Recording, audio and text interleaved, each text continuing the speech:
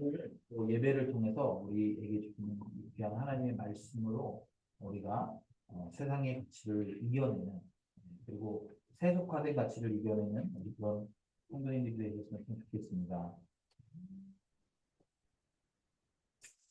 오늘이 드디어 10월 27일입니다. 10월 27일. 여러분들에게는 10월 27일이 그냥 뭐 주일에 한 번이라고 얘기할 수 있지만 지금 10월 27일은 굉장히 뜨거운 이슈입니다. 아세요? 혹시 뭔지? 네, 오늘 이제 이 10월 27일 오늘이 이렇게 교회력으로 보면 종교 개혁을 기념하는 주일입니다. 원래 이제 그런 날인데 오늘 이제 많은 성도들이 이제 모여서 이제 집회를 한대요. 오후에. 저는 이제 그 제 페이스북에 주로 이제 친구나 팔로우하는 사람들이 뭐 목회자나 신학자들이다 보니까 그 지금 이 10월 27일 집회에 대해서 굉장히 이렇게 여론이 뜨겁습니다. 그래서 한쪽에서는 우리가 모여서 이런 이렇게 잘못된 법을 제정하려는 움직임을 막아야 된다라고 이야기하는 부류들이 있고요. 한쪽에서는 우리가 거룩한 이 주일에 모여서 그렇게 하는 것이 맞냐, 그리고 그렇게 많은 성도들이 모여서 이렇게 힘을 과시해서 법을 막으려고 하는 것이 과연 하나님의 방식인가, 옳은 방식인가에 대해서 이제 갑론을박이 일어나고 있습니다.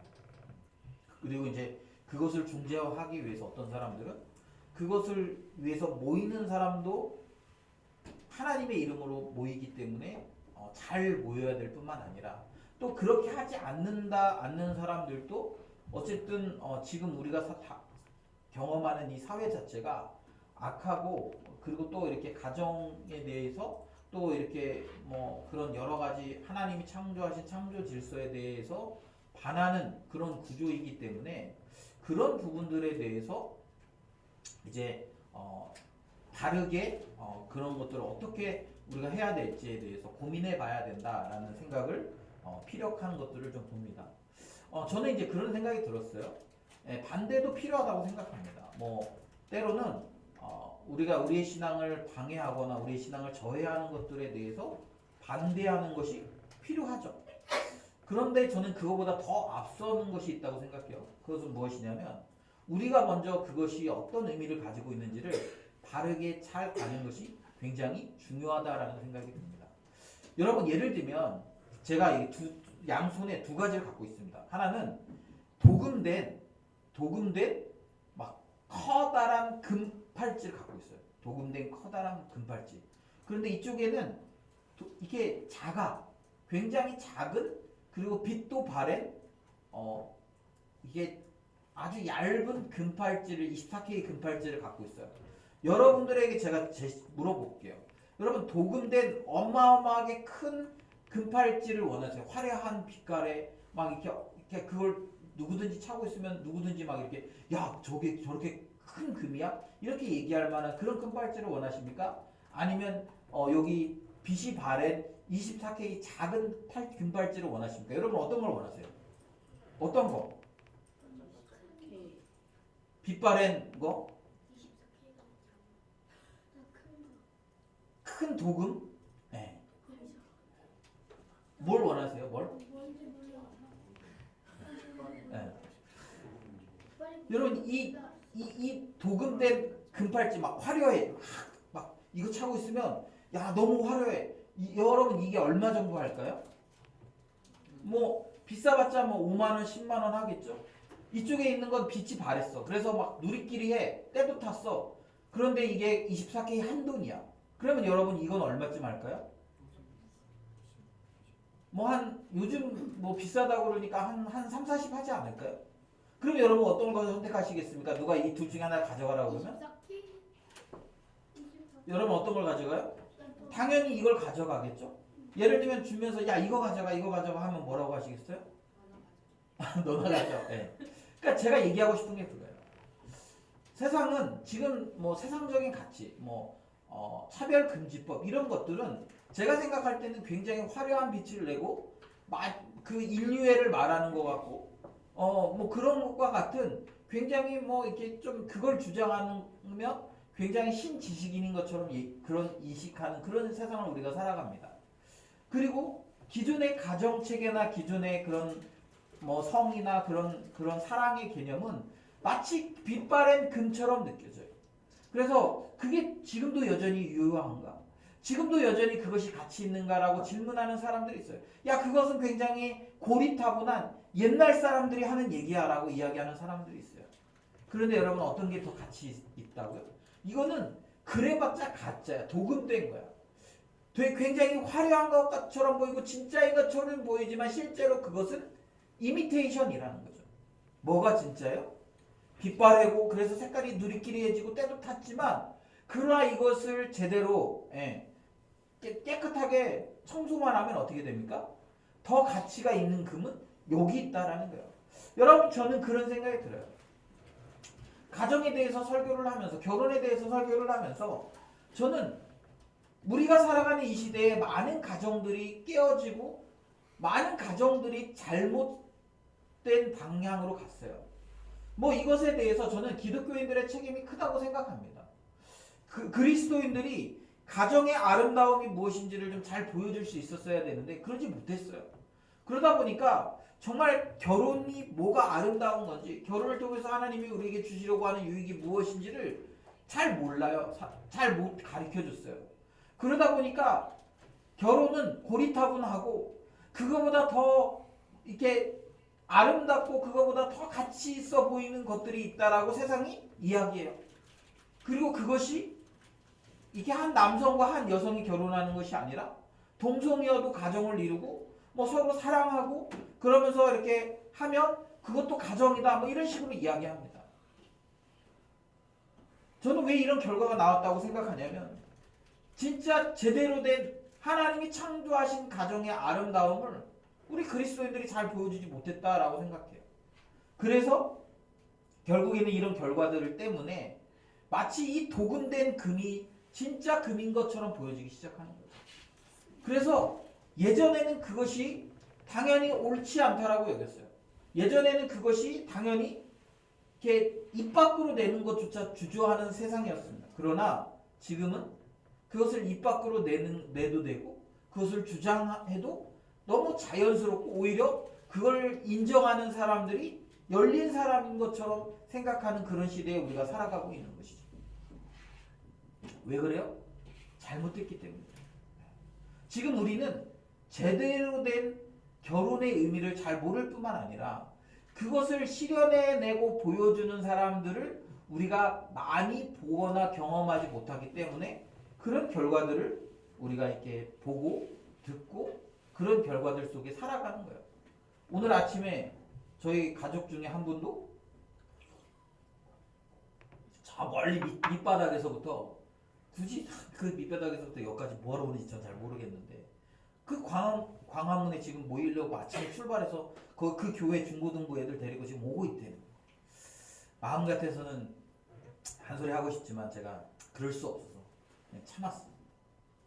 그거보다 그렇게 해서 아이들에게 가서 야 지금 우리가 이걸 위해 싸우고 있다 이걸 보여주는 것보다는 건강한 가정이 무엇인지를 더 잘 보여주는 게 저는 더 의미 있다고 생각해요. 우리가 지난주에 살펴봤습니다. 하나님께서는 결혼이라는 제도를 창조 때부터 만드셨다라는 거예요. 결혼 제도는 하나님의 창조물이라는 거예요. 그래서 사람이 그것을 임으로 결혼 제도를 뭐 이건 좋은 거야 나쁜 거야 평가할 수 없을 뿐만 아니라 사람이 임으로 하나님이 세우신 그 제도를 사람이 깨뜨릴 수 없다라고 우리가 배웠습니다. 그리고 하나님은 이 결혼 제도라는 것을 보시기에 좋지 않은 것을 보시기에 좋은 것으로 심히 좋은 것으로 하나님이 바꾸시기 위해서 이 결혼 제도를 만드셨다라는 거예요.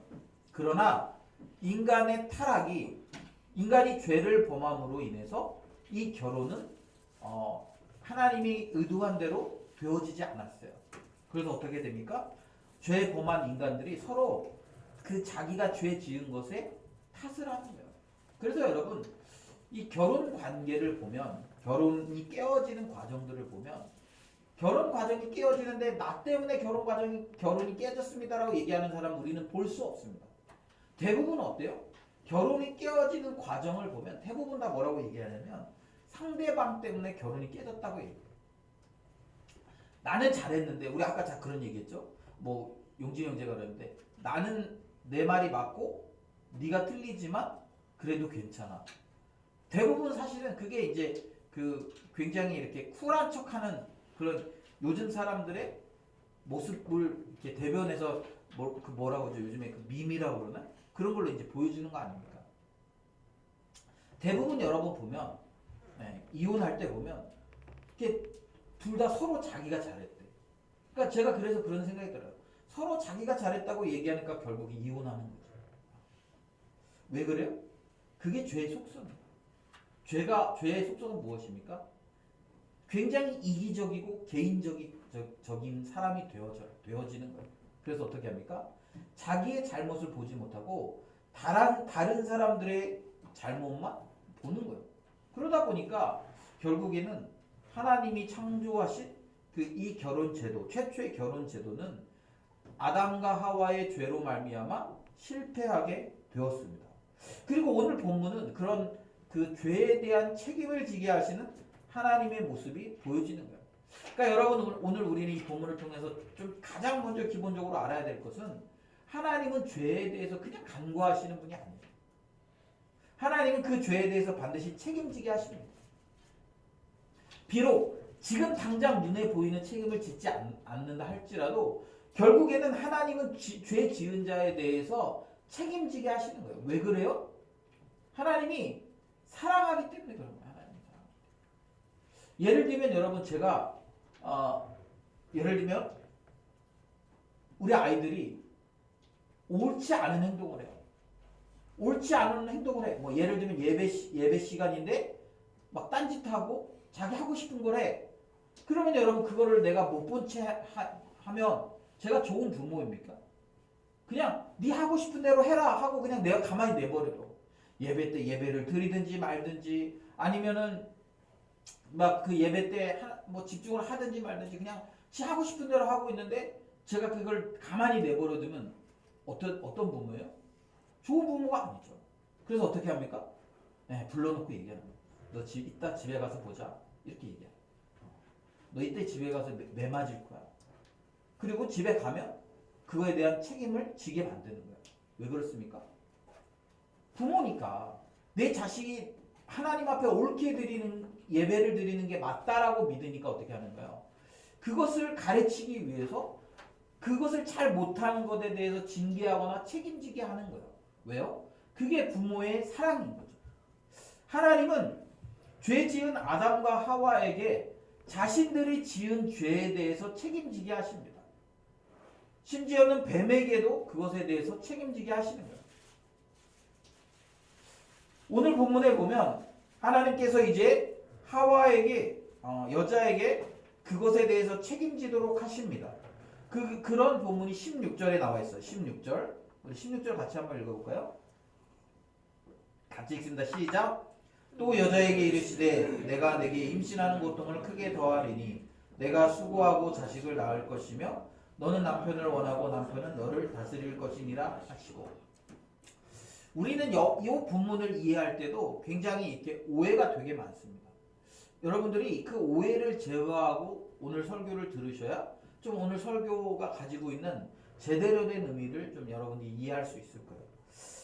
오늘 본문에 보면 이렇게 얘기하고 있어요. 여자에게 하나님께서 지은 죄에 대해서 책임을 짓게 하시는데 그 책임이 무엇입니까?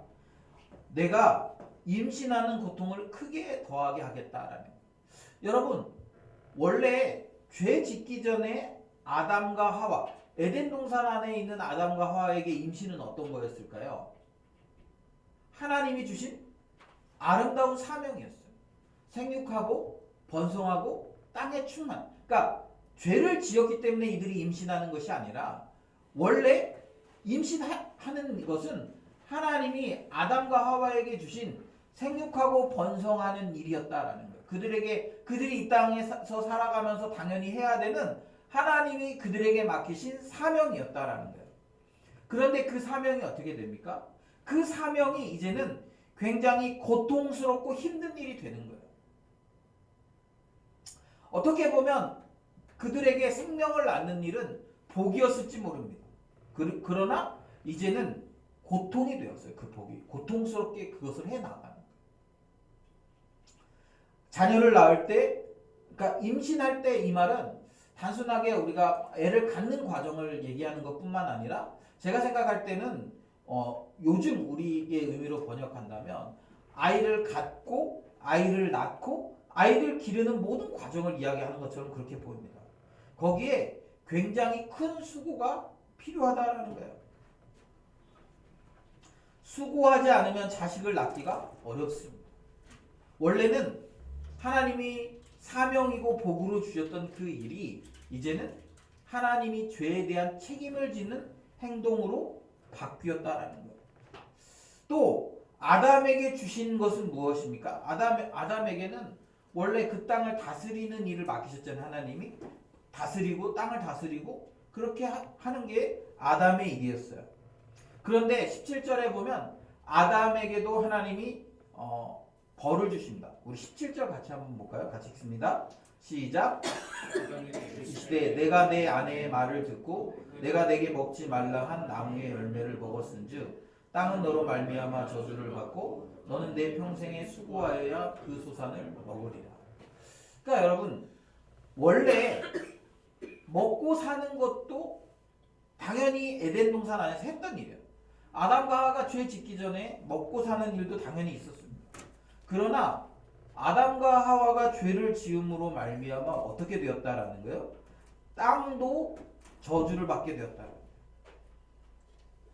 땅이 저주를 받았고 그래서 어떻게 합니까?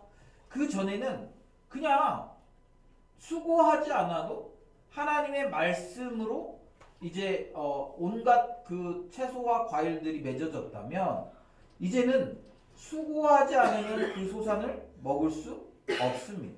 18절에 보면 땅이 가시덤불과 엉겅퀴를 내는 거죠. 그러니까 가시덤불과 엉겅퀴를 낸다는 말은 뭐예요? 그동안 이제 그런 수고를 하지 않아도 됐지만 이제는 그런 것들을 제거하고 그런 것들로부터 농작물을 보호하고 그런 과정을 통해서 이제 그런 과정과 수고를 통해서 먹을 것을 얻을 수 있다라는 거예요. 19절에는 이렇게 얘기합니다.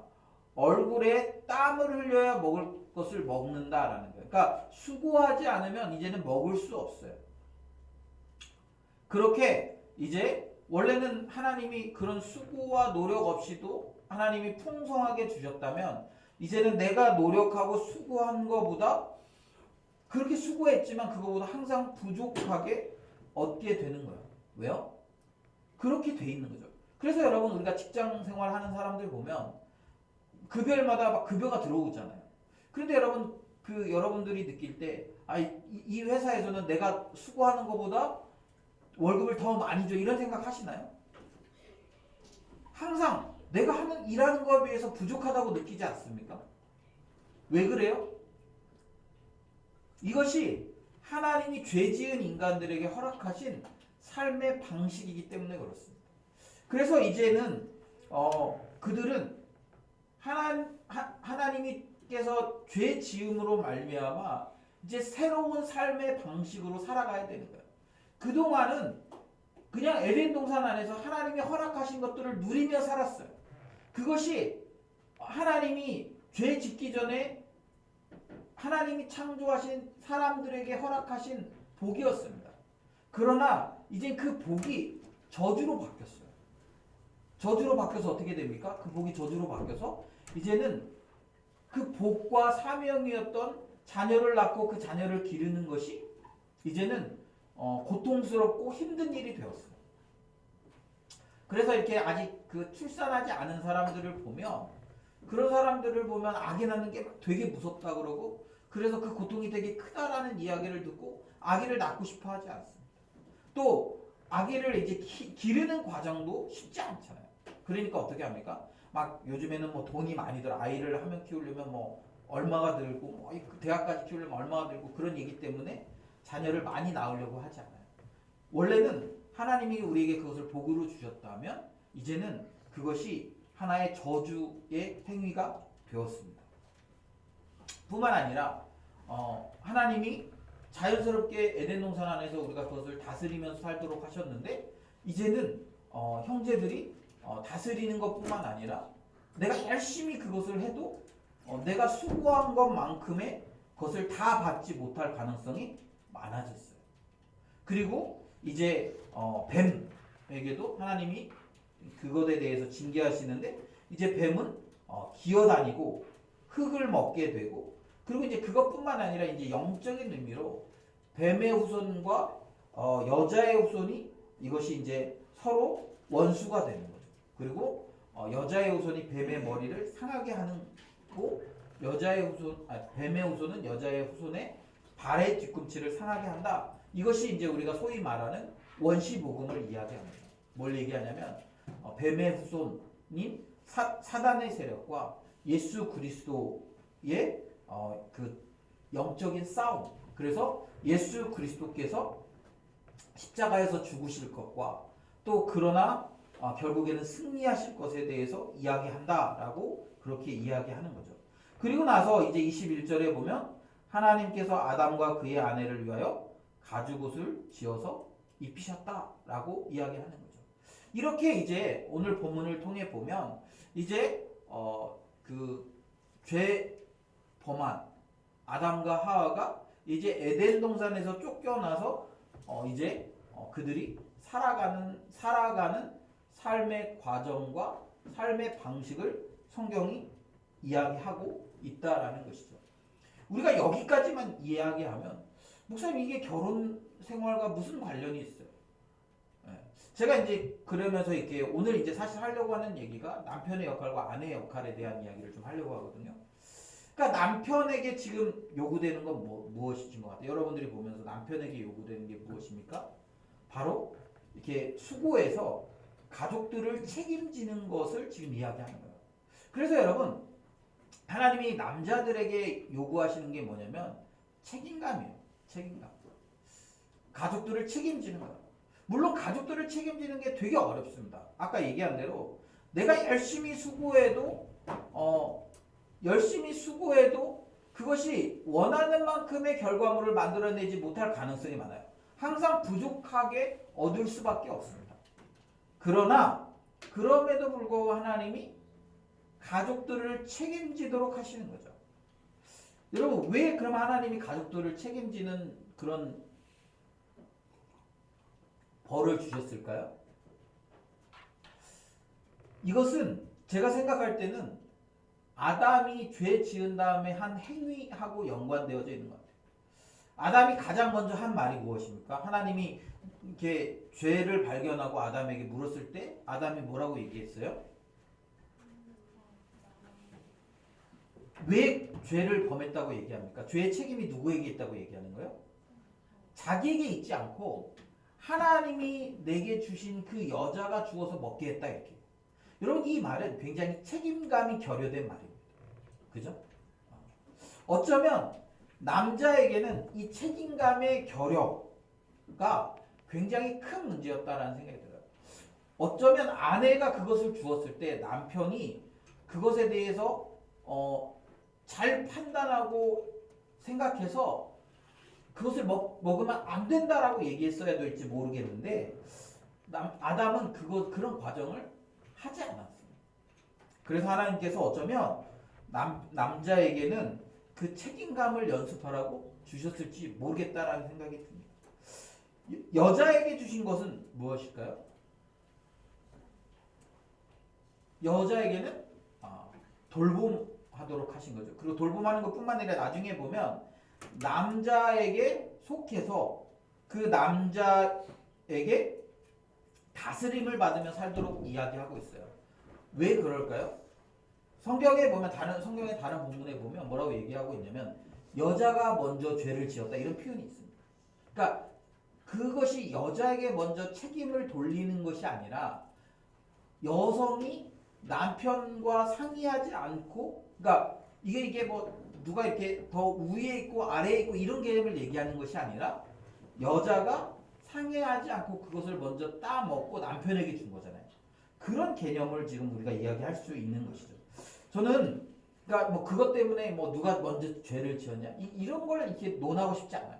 그런 별로 중요한 이슈가 아닙니다. 여기서. 그래서 남편과 아내의 역할이 과연 뭐냐, 그리고 이것이 어떻게 하면 건강한 가정으로 이어질 수 있냐, 회복으로 이어질 수 있냐, 이걸 좀 얘기하려고 합니다. 제가 이렇게 그것을 얘기하기 위해서 이제 오늘 다른 본문을 좀 봐야 되는데요. 우리 에베소서의 말씀을 좀 보여주시겠어요?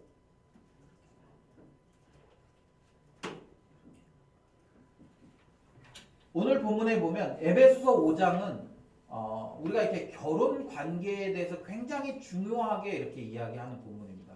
이 본문은 성경에서 결혼에 대해서 이렇게 이야기해주는 본문이 그렇게 많진 않은데 굉장히 이렇게 잘 얘기해주는 본문일 뿐만 아니라 우리가 왜 가정을 교회라고 얘기하는지, 그리고 교회를 왜 가정이라고 이야기하는지를 좀 설명해주는 굉장히 중요한 본문이에요.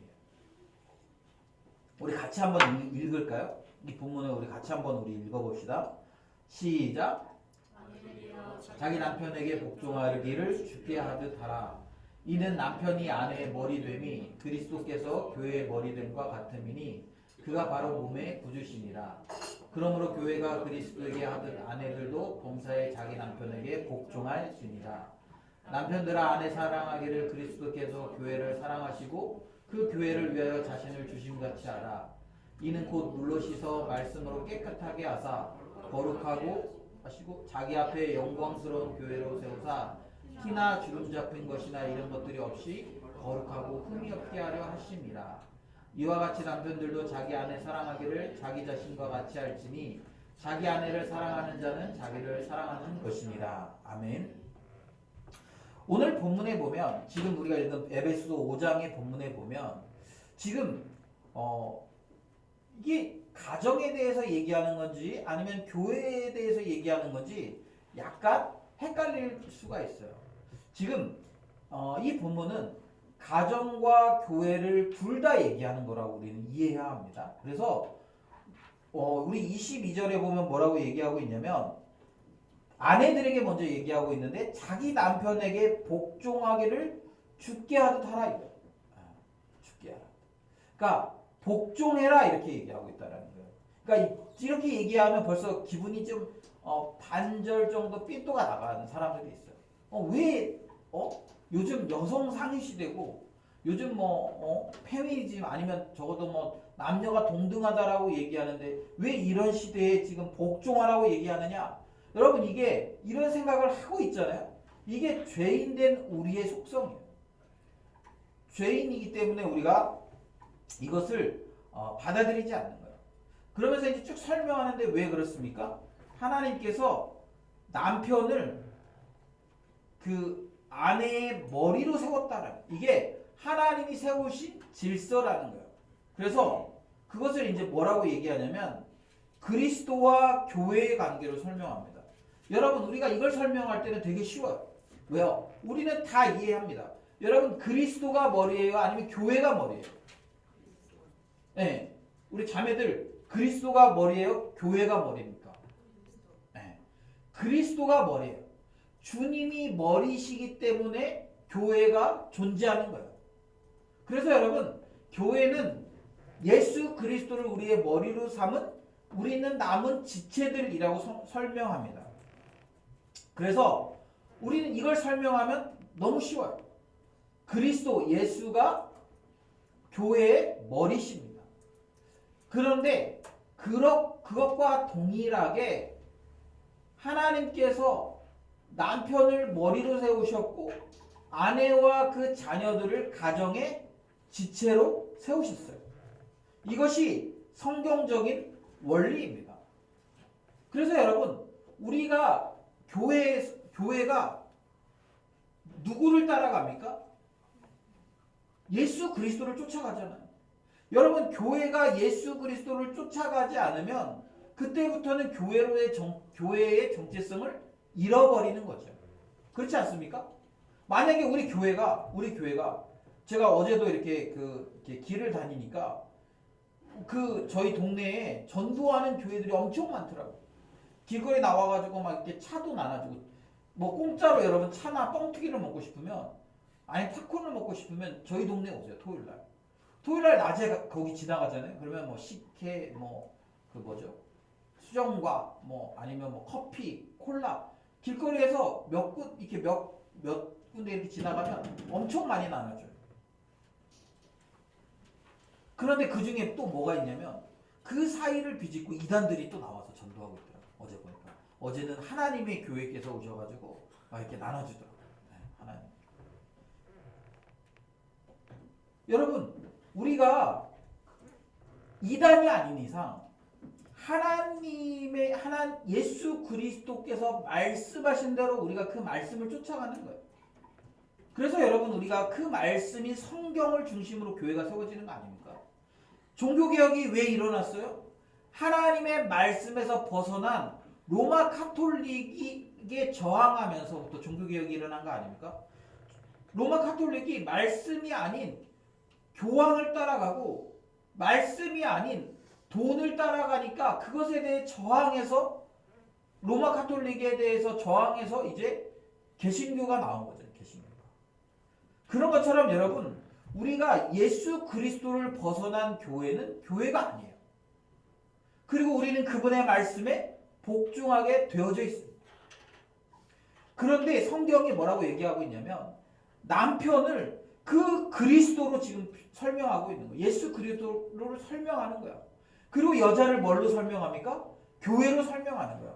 그리고 이 둘 사이에 그 질서를 얘기할 때 뭐라고 얘기하는 거야? 철저하게 복종해라 이렇게 얘기해요. 복종해라. 왜 이렇게 관계를 설정했는지 그것을 만약에 설명하라고 하면 저도 모르겠어요. 왜 그런지 몰라요. 저도. 그런데 성경이 그렇게 이야기하고 있습니다. 그러면서 24절 이렇게 얘기합니다. 24절에 보면 그러므로 교회가 그리스도에게 하듯 아내들도 범사에 자기 남편에게 복종해라. 뭐 왜 해야 되는지 뭐 이게 다 다른 가타부타의 설명이 없어요. 그냥 그렇게 하라는 거예요. 이것이 하나님이 가정을 세우셨을 때 당연한 질서라고 이야기하고 있다는 것이죠. 그리고 나서 25절. 제가 이제 이렇게 얘기하면 여러분들이 이해가 안 될 수 있어요. 근데 끝까지 설명하면 여러분들이 그렇게 해야 되는구나 이해가 될 거예요. 25절에 보면 이제 남편들에게 이야기하고 있습니다. 남편들에게 뭐라고 얘기합니까? 아내 사랑하기로. 우리 남편들 하면 남편이거나 남편이 될 가능성이 있는 사람들이 한번 같이 읽어보세요. 같이 읽습니다. 시작. 남편들아 아내 사랑하기를 그리스도께서 교회를 사랑하시고 그를 교회를 위하여 자신을 주심 같지 않으시고. 뭐라고 얘기하고 있냐면 남편들에게는 아내를 사랑해라 이렇게 얘기해요. 사랑하는데 어떻게 사랑하라는 거예요? 그리스도께서 교회를 사랑하셔서 그 교회를 위해서 자신을 주심같이 해라 이렇게 얘기해요. 여기서 말하는 여러분 교회는요 건물의 교회가 아닙니다. 예수 그리스도를 믿는 사람들을 이야기하는 거예요. 그런데 뭐라고 얘기합니까? 그들을 사랑해서 자신을 주심같이 하라는 거예요. 그런데 여러분 우리가 여기서 좀 봐야 될 본문이 또 하나 있습니다. 그건 뭐냐면 우리 그 빌립보서를 좀 2장을 보여주시겠어요? 빌립보서 2장의 말씀이에요. 2장. 우리 이 본문을 여러분 우리 같이 한번 천천히 읽어보겠습니다. 우리 같이 읽습니다. 시작. 너희 안에 이 마음을 품으라. 곧 그리스도 예수의 마음이니 그는 근본 하나님의 본체시나 하나님과 동등됨을 취할 것으로 여기지 아니하시고 오히려 자기를 비워 종의 형체를 가지사 사람들과 같이 되셨고 사람의 모양으로 나타나사 자기를 낮추시고 죽기까지 복종하셨으니 곧 십자가에 죽으심이라. 이러므로 하나님이 그를 지극히 높여 모든 이름 위에 뛰어난 이름을 주사 하늘에 있는 자들과 땅에 있는 자들과 땅 아래에 있는 자들로 모든 무릎을 예수의 이름에 꿇게 하시고 모든 입으로 예수 그리스도를 주라 시인하여 하나님 아버지께 영광을 돌리게 하셨느니라. 이 본문을 여러분들이 잘 이해하고 기억하고 있어야 됩니다. 그러니까 예수 그리스도께서 뭘 하셨냐? 예수 그리스도께서 교회를 위해서 뭘 하셨냐라고 그걸 지금 설명하려고 하는 거예요. 뭘 하셨습니까? 그분은 원래 하나님과 본체세요. 원래 그분은 하나님이십니다. 그런데 그분이 뭘 하신 거예요? 하나님과 동등됨을 취하지 않으셨어요. 그러니까 내가 나 하나님이야? 나 하나님이니까 너희들 나를 예배해, 나를 섬겨 이렇게 하지 않으셨다는 거예요. 뭘 하신 거예요? 그는 겸손하셔서 자기를 비워내셨어요. 그래서 종의 형체를 가지사 사람들과 같이 되셨다라는 거예요. 하나님이 볼 때는 사람은 종이었어. 종의 형체. 그러니까 아까 얘기하는 대로 하나님이 인간이 되신 거잖아요. 그것을 주인이 종이 된 것과 지금 비교하는 거예요. 사실 그거보다 더 심각한 거지. 사실은 더 큰 거죠. 신이 인간이 되셨으니까. 그것처럼 겸손하셨다라는 거예요. 자기를 낮추셨다라는 거예요. 그래서 자기를 낮추셔서 어떻게 되셨습니까? 자기를 낮추셔서 사람이 되셨을 뿐만 아니라 십자가에 죽으셨다라는 거예요. 십자가에 죽으셨어요. 그런데 그것이 어떻게 됐어요? 하나님이 그것을 굉장히 높이 올리셨다라는 거예요. 그래서 여러분, 남편들에게 오늘 아까 본문이 설명하고 있잖아요. 남편들에게 그리스도께서 교회를 사랑하신 것처럼, 그런 것처럼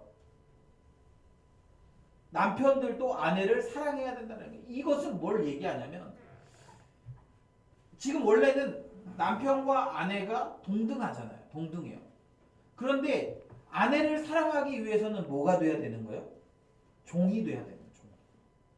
동등한 입장이죠. 그래서 자기 권리를 주장할 수 있어요. 그런데 그렇게 자기 권리를 주장하는 것이 아니라 사랑하기 위해서 뭘 하는 거예요? 낮아져서 그를 위하여 죽으라는 거예요. 진짜 목숨을 내어놓고 죽으라는 것이 아니라 아내를 그렇게 해서 섬겨야 되는 거예요. 그래서 어떻게 해야 됩니까? 우리 에베소서 26장에 보면 5장 26절에 보면 이렇게 얘기합니다. 우리 같이 읽어요. 시작. 이는 곧 물러 씻어 말씀으로 깨끗하게 하사 거룩하게 하시고 또 자기 앞에 영광스러운 교회로 세우사 티나 주름 잡힌 것이나 이런 것들이 없이 거룩하고 흠이 없게 하려 하심이라. 그러니까 남편의 역할이 뭐라는 거예요? 아내를 잘 섬겨서 지금 방금 읽은 것처럼 말씀으로 깨끗하게 해서, 그래서 어떻게 하라는 거예요? 아내가 거룩해지고 티나 주름 잡힌 것이나 이런 것들이 없이 거룩하고 흠이 없게 해줘야 된다는 거예요. 그러니까 여러분, 남편의 역할은 무엇입니까? 내 아내를 말씀으로 잘 돌봐야 되는 거예요. 아내를 말씀으로 잘 돌봐서 어떻게 합니까? 아내가 티나 주름 잡힌 것이 없도록 그렇게 잘 돌봐줘야 되는 거예요. 그래서 아내로 하여금 거룩하고 흠이 없는 존재가 되게 해 주어야 된다는 거예요. 저는 요즘 그 남편들의 역할이 마치 아내에게 잘해주는 것이 마치 남편들의 역할인 것처럼 이야기합니다. 그러나 여러분, 그것은 정확하게 얘기하면 남편들의 역할이에요. 아내에게 잘해주는 것이 남편의 역할이 아닙니다. 정확하게 남편의 역할은 무엇입니까? 말씀으로 아내를 씻어서 티나 주름 잡힌 것이 없도록, 더군 하나님 앞에 섰을 때 티나 주름 잡힌 것이나 이런 것들이 없도록 거룩하고 흠이 없게 하는 것이 바로 남편의 역할이에요. 예수 그리스도께서 십자가에서 자기를 내어주셔서 십자가의 보혈로 우리의 죄를 덮으신 것처럼 우리가 말씀으로 아내를 잘 돌봐서 아내가 하나님이 보시기에 흠이나 티나 주름 잡힌 것이 없도록 아름답고 거룩한 존재로, 흠이 없는 존재로 그렇게 세워주는 것이 남편의 역할이에요. 그것을 하는데 남편은 어떻게 해야 됩니까? 자기의 생명을 내어놓아야 된다라는 거예요. 그래서 제가 얘기한 게 뭐냐면, 가정 안에서 아내가 계속 성화되고 그 성화를 통해서 예수 그리스도를 닮아가도록 도와주는 것이 남편의 역할입니다. 그리고 그것을 해 나가는데 자매들은 뭘 하는 거예요? 복종하는 거예요. 복종하는 거예요. 남편이 그렇게 복종해야 남편이 그걸 잘 추구하고 그래서 아내가 그걸 복종해야 결국에는 이 부부가 어떻게 되는 거예요? 결국에는 그런 과정을 통해서 가정이 성화되어져 가는 거예요. 그냥 아내가 뭐 해달라는 대로 다 해주고 아내가 해달라는 대로 이렇게 뭐 너 하고 싶은 대로 다 해. 뭐 다 사줄게. 여러분 이게 남편의 역할이 아니에요.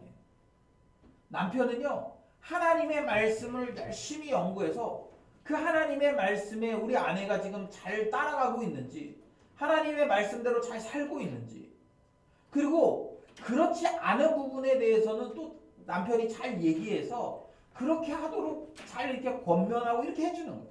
그래서 아내가 하나님 말씀에 빗대었을 때 티나 주름 잡힌 것이 없도록 해줘야 됩니다.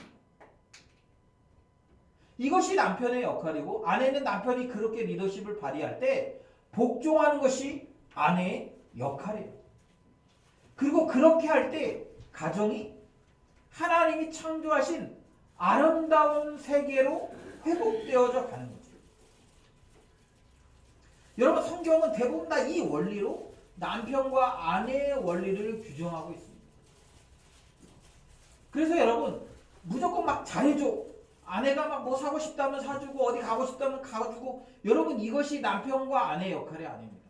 때로는 아내가 하나님 말씀에 불순종하고 있는 것이 있다면 그것에 대해서 하나님의 말씀으로 단호하게 이야기해 줄 수 있어요. 그것을 분명하게 그 죄에 대해서 분명하게 얘기해 주지 않으면 안 돼요. 죄가 있으면 죄에 대해서 분명하게 얘기해 줘야 돼요. 아내가 요즘 기도 생활 안 해. 그러면 남편이 얘기해 줘야 돼요. 왜 당신 요즘 기도 생활 하지 않습니까? 아내가 하나님의 말씀대로 살지 않고 자기 죄성대로 막 살아. 그럼 어떻게 해야 돼요? 얘기해 줘야 돼. 그것은 당신의 죄성 때문에 나온 여자의 이기적인 욕심 때문에 나온 것이기 때문에 그렇게 하지 말아라. 얘기해 줘야 돼. 무조건 잘해주고 무조건 아내가 원하는 대로 해주는 것이 좋은 남편이 아니에요. 하나님 앞에 섰을 때 티나 주름 잡힌 것이나 이런 것들이 없도록 거룩하고 흠이 없도록 하게 하기 위해서 그렇게 하기 위해서 남편은 아내를 돌봐줘야 됩니다. 그러니까 결국에는 뭐냐면 리더예요. 리더. 우리 속으로 리더들 보면 그런 거 하잖아요. 우리 조원들이 지금 하나님과 관계를 잘 맺고 있나? 혹시 하나님과 잘 관계를 못 맺고 있는 것 아닌가? 막 이렇게 이렇게 관찰하면서 그렇게 못하고 있으면 너 요즘에 큐티를 왜 못하니? 너 요즘 하나님과의 관계는 괜찮니? 이런 걸 막 묻잖아요. 그런데 가정에서는 그걸 물을 필요가 없어. 왜? 다 드러나거든. 그냥 같이 지내기만 하면 이 사람이 지금 하나님과 관계가 좋은지 그런 걸 잘하고 있는지 그렇게 그냥 보기만 하면 잘 알 수가 있어요. 그러니까 어떻게 해요? 그걸 보고 계속 권면하고 가르치고 하는 거예요. 뿐만 아니라 여러분 우리가 이 결혼 생활에서 한 가지 더 유의할 것이 있습니다. 우리 마지막 본문인데요. 베드로전서 우리 좀 보여주실래요? 베드로전서 3장. 우리 이게 다 읽진 않고 우리 마지막 우리 7절만 같이 읽을게요. 7절만 우리 같이 한번 읽습니다. 같이 읽습니다. 시작. 남편들아 이와 같이 지식을 따라 너희 아내와 동거하고 그를 더 연약한 그릇이요 또 생명의 은혜를 함께 이어받을 자로 알아 귀히 여기라. 이는 너희 기도가 막히지 아니하게 하려 함이라. 여기서도 이제 남편들에 대해서 얘기하고 있는 겁니다. 남편들에게 뭘 하라는 거예요? 아내를 연구하라는 거예요. 지식을 따라 이렇게 얘기하고 있잖아요. 그러니까 아내를 연구해야 돼요. 그냥 이렇게 대충 하고 싶은 대로 하면 안 되고 지금 우리 아내가 어떤 상태인지를 이게 잘 공부하고 연구해서 그것을 따라 아내와 사는 거예요.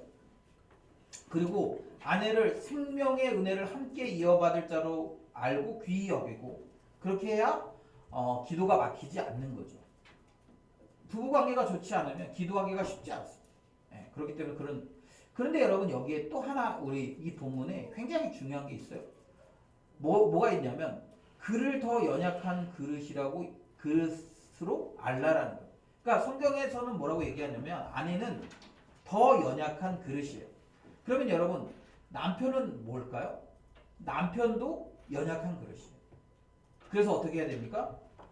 남편과 아내가 서로 돌보아줄 필요가 있다라는 것을 이야기하는 거예요. 그러니까 남편은 아내를 돌봐주는 거예요. 그래서 아내가 더 연약한 그릇이니까 남편이 더 잘 아내를 돌봐줘야 돼. 그러나 아내들도 또한 남편이 그러니까 덜 연약한 그릇이겠죠. 그러나 남편들도 연약한 그릇이에요. 그래서 남편들이 계속 하나님의 말씀으로 그러니까 가정을 잘 돌보고 있는지를 수시로 점검할 필요가 있는 거예요. 지금 우리 남편이 가정의 리더로 세움받아서 가정의 리더로 세워가고 있는데 지금 우리 남편은 하나님의 말씀으로 우리 가정을 세워가고 있는가?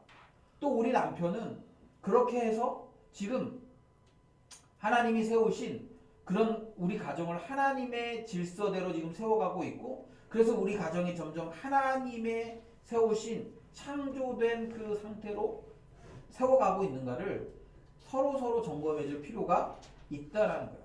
그래야 가정 안에서 기도가 막히지 않고 하나님이 창조하신 창조의 질서대로 세워가는 것이죠. 여러분 그래서 여러분 그런 거 막 꿈꾸고 우리 자매들 막 이런 거 있잖아요. 막 이벤트 잘해주는 형제 아니면 뭐 자매들 막 이렇게 다정한 형제 그런 사람이 좋은 사람이 아니에요.